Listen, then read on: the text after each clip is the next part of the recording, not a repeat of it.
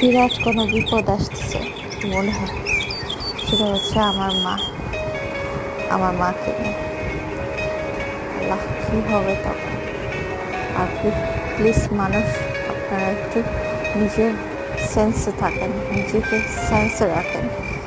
শরীর, হেলথটা সব কিছু, হেলথের প্রতি যত্ন নেন।